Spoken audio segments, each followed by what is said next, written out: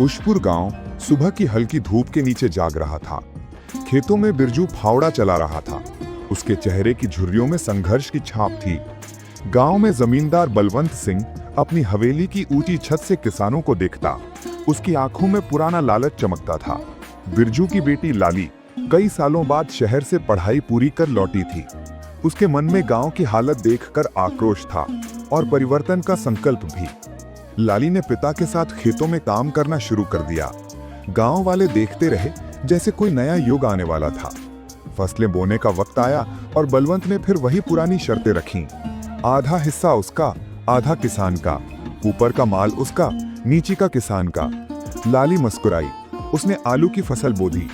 कटाई के दिन बलवंत सिंह को खाली डंठल मिले और नीचे दबे आलू लाली के हिस्से में गए। बलवंत सिंह बौखला गया, मगर लाली चुपचाप मुस्कुराई। अगला मौसम आया और इस बार गेहूं की फसल लगी। शर्त उल्टी थी। इस बार साथ नीचे का हिस्सा जमींदार का। फिर वही हुआ। लाली को दानों से भरी बालियां मिली, बलवंत सिंह को खाली जड़ें। गांव में चर्चा फैल गई कि लाली शहर से जो पढ़कर आई है वो तो किसी चमत्कार जैसी है। तीसरे मौसम में गन्ने का वक्त आया। जमींदार ने चाराकी दिखाई। ऊपर और नीचे उसका, बीच का किसान का। लाली ने गन्ने की फसल बो दी। कटाई की बारी आई। बलवंत सिंह को खाली पत्ते और जड़ें। ग्रामवासियों ने देखा कि लाली ने बुद्धिमत्ता से हर बार न्याय की जीत दिलाई। गांव में खुशहाली के साथ उम्मीद जन्मी। उधर नगर का पूर्व प्रशासक शिवेंद्र सिंह अपनी धर्मनिष्ठा और न्यायप्रियता के लिए प्रसिद्ध था। एक दिन जब नगर में संकट आया, बाज और कबूतर की विचित्र घटना घटी। शिवेंद्र ने कबूतर की रक्षा के लिए अपना मांस तराजू पर चढ़ा दिया। नगर के लोग झूम उठे और देवता प्रसन्न होकर उसे आशीर्वाद दे गए। शिवेंद्र ने धर्म की इस परीक्षा में विजय पाई और उसकी छवि पूरे गांव में नायक जैसी हो गई। रेशमा नगर की फल वाली थी। पहले पापी जीवन जीती थी, मगर संत के प्रवचन और अपने सत्कर्मों से उसने खुद को बदल लिया था। उसने गरीबों की मदद करनी आरंभ कर दी। दिन रात मेहनत से ईमानदारी की राह पकड़ी। उसका पुण्य रंग लाया। मृत्यु के बाद यमराज ने उसके कर्मों का पारितोषिक दिया। रेशमा को नर्क की यातना मिली, मगर उसकी भक्ति व सेवा के कारण जल्द ही स्वर्ग का द्वार खुल गया। संत जिसने केवल प्रवचन दिए थे मगर कर्महीन रहा, नर्क गया। गांव वाले समझ गए, केवल पूजा या प्रवचन काफी नहीं, सच्चे कर्म से ही जीवन सुंदर होता है। गांव के एक कोने में बिरजू का पड़ोसी उद्धव अपने परिवार के निधन से मृत्यु के भय में जी रहा था। उसने अमरता की बजाय एक चतुर वरदान मांगी। यमराज जब लेने आए, वो उन्हें पलंग पर बैठा देता जिससे वे उठ नहीं सकते थे। यमराज ने उसे समझाया कि मृत्यु को स्वीकारना सृष्टि का नियम है, इसके बिना संसार का संतुलन बिगड़ जाएगा। उद्धव ने भी जीवन और मृत्यु का संतुलन समझ लिया।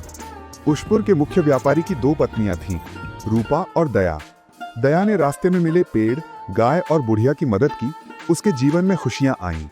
रूपा ने किसी की सहायता नहीं की, उसके हिस्से में अंधकार ही रहा। इस गांव में अब न्याय, धर्म, दया और बुद्धिमत्ता का युग शुरू हो चुका था। उशपुर में हवा में नई उम्मीद की सुगंध थी।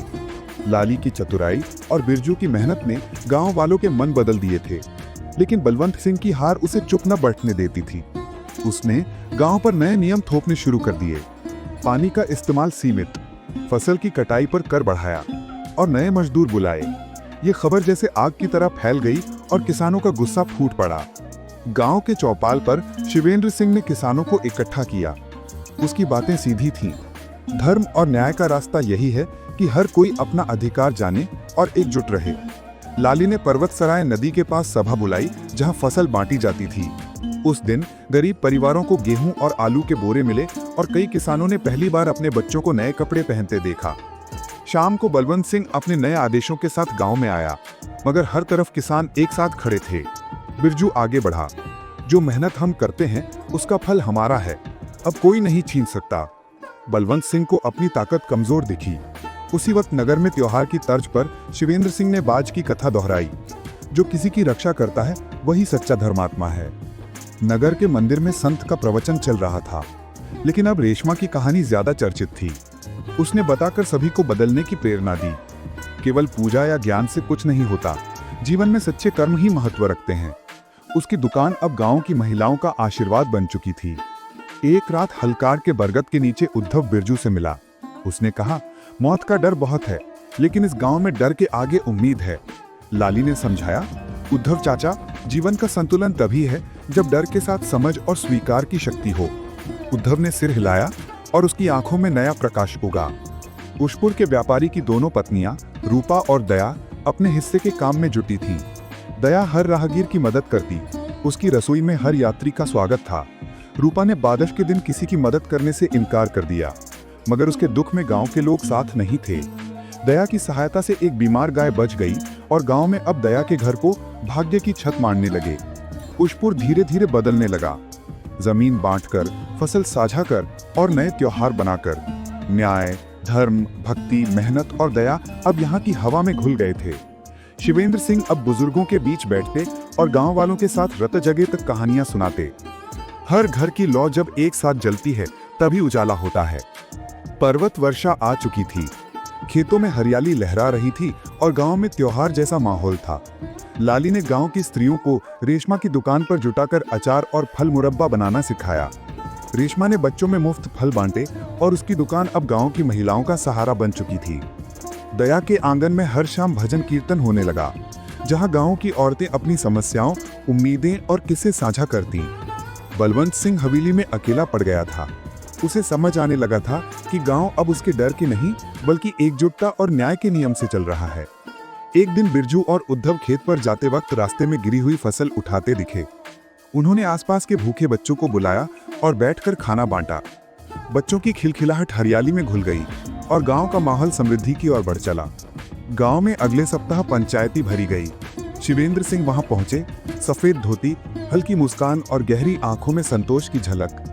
बलवंत सिंह ने सबके सामने गलती मानी। वो बोला, मैंने अपने फायदे के लिए गांव को दुख दिया। आज से कोई भूखा नहीं सोएगा, न किसी का खेत जब्त होगा।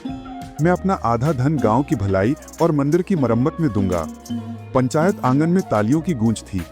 गांव के बच्चों ने शिवेंद्र के कहने पर धर्म, न्याय और दया पर नाट्य प्रस्तुति की।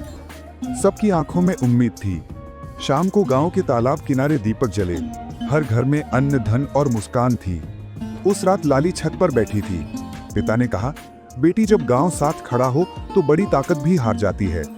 लाली ने मुस्कुराकर आकाश की ओर देखा, जहां अब निर्भय भविष्य के तारे चमक रहे थे।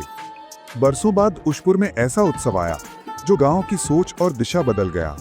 लाली और रेशमा ने मिलकर गांव की महिलाओं के लिए सिलाई कढ़ाई केंद्र शुरू करवाया। अब गांव की लड़कियां शहर जाकर पढ़ने लगीं और लाली के निर्देशन में कंप्यूटर सीखने लगीं। तीज त्योहार पर रेशमा की फल मंडी और दया के आंगन में भजन कीर्तन की झलक अब पूरे जिले में चर्चा का विषय बन चुकी थी। हलकार के बरगद के नीचे हर शनिवार पंचायत लगती, जहां युवा और वृद्ध सब अपने विचार खुलकर रखते। शिवेंद्र सिंह ने जमीन सुधार, सिंचाई और शिक्षा के लिए स्थायी कोष की स्थापना की। उन्होंने बलवंत सिंह को गांव की लाइब्रेरी के लिए भूमि और धन दोनों देने के लिए प्रेरित किया। बलवंत के सबसे बड़े बेटे ने पहली बार गांव के बच्चों के साथ स्कूली वर्दी में खेतों के रास्ते स्कूल जाते हुए देखा। रूपा, जो एक समय में गांव वालों से कटकर रहती थी, अब दया की प्रेरणा से घर घर जाकर खेतीबाड़ी और पशुपालन की जानकारी बांटने लगी। गांव के युवा जो कभी शहर पलायन की सोचते थे, वे लौटकर गांव में दूध डेयरी, जैविक खेती और ऑनलाइन मंडी शुरू करने का सपना देखने लगे। बारिश के दिन उशपुर के तालाब किनारे उत्सव हुआ, जहां बिरजू, उद्धव, रेशमा, दया, हर किसी ने सभा में अपने अनुभव सुनाए। एक बुजुर्ग ने कहा, जब तक जमीन और हौसला अपने पास है, मजदूर, किसान, व्यापारी सब एक हैं। तालाब में जलती दीयों की कतार दूर तलक दिख रही थी और गांव के बच्चों के गीत में अब डर नहीं, भविष्य की लय थी। उशपुर अब मिसाल बन चुका था, जहां धर्म, सहिष्णुता, शिक्षा, श्रम और दया साथ साथ चलते थे। हर चेहरे पर तृप्ति और आंखों में आत्मविश्वास था।